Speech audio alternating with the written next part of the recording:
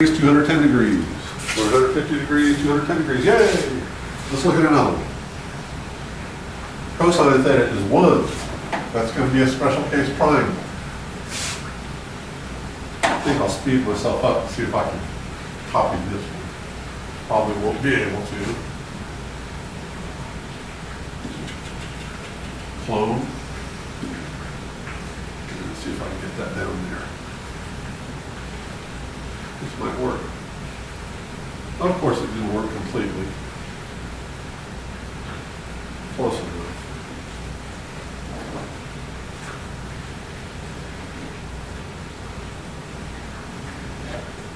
All right, that's not too bad. Cosine is 1, so I'm going to go around. I'm thinking, visualizing this. Here's theta. This is y because it's vertical, just like the y-axis. This is x because it's horizontal, just like the x-axis. That leaves that to be r. The cosine is x over r.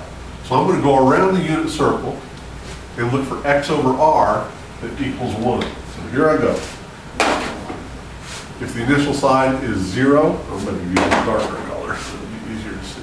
If the initial side is 0 and I don't rotate at all, my terminal side will be coincidence. X over r is what I'm looking for, cosine of theta. In this case would be adjacent over hypotenuse.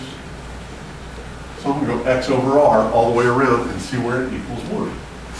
X over r here is 1. This is a 0 degree rotation, so theta could be 0 degrees.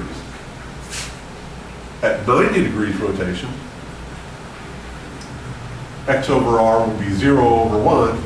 I'm looking for where it equals 1, so 90 degrees won't work. At 180 degrees rotation, I'm looking for x over r, that would be negative 1 over 1. That's not going to give me 1, so that doesn't count. It's a 1, but it's a negative 1. So we're looking for positive 1. At 270 degrees rotation,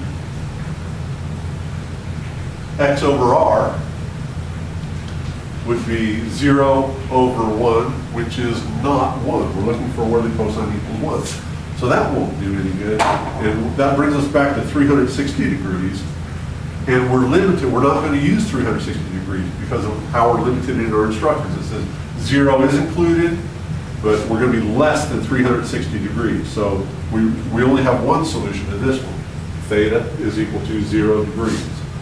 360 would make it true, but our instructions limit us. We never reach 360 degrees in our rotation. So this would be our only solution. And let's see if I got it right. Yay! Okay, let's take a look at another one real quick. Tangent is 1. Now I said if it's 0, 1, or negative 1, it's going to be the unit circle, except for tangent. This is my phone. I'm going to turn it off so we don't have to listen to it. Oh. Hey kid, well, I'm in the middle of a lecture. Oh, I'm sorry. Okay, I'll just wait for you to call me. Okie dokie, love you, love you. All right, love you too. Bye. Bye.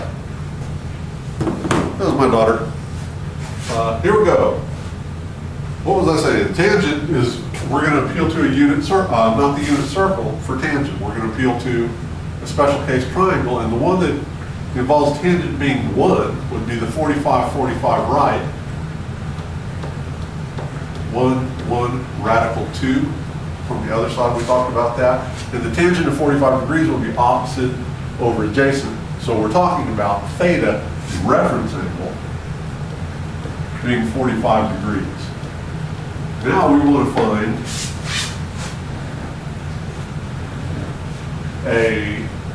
the places at which tangent is positive. That's a positive 1. So I go over here, and I use all students to take calculus.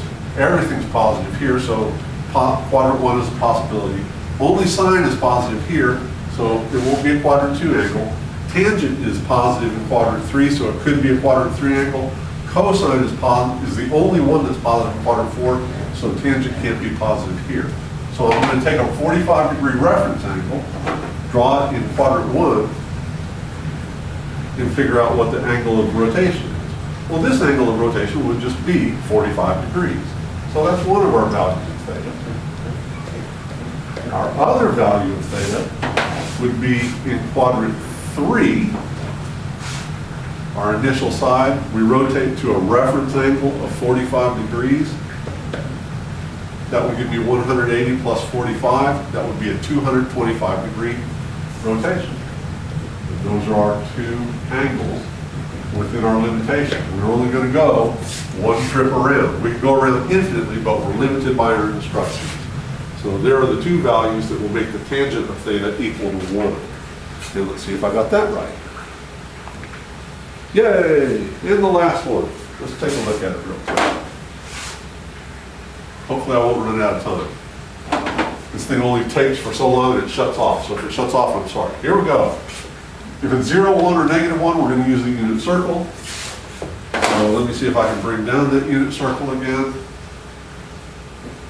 Give it another try. Clone. Down we go. I'll draw it. That's going to be nice to me.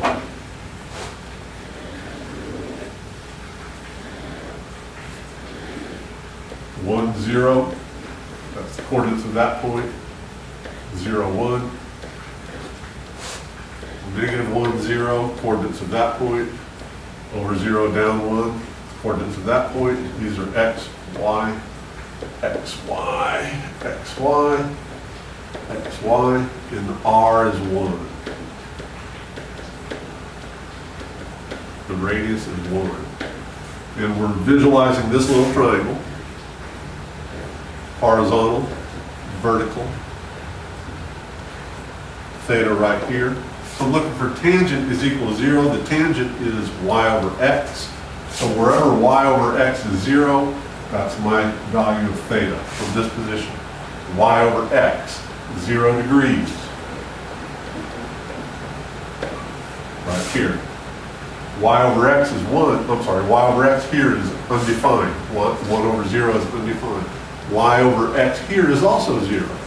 My initial side, remember, is the positive x-axis. If I rotate to 180 degrees, y over x will be 0. 0 over -1 is 0.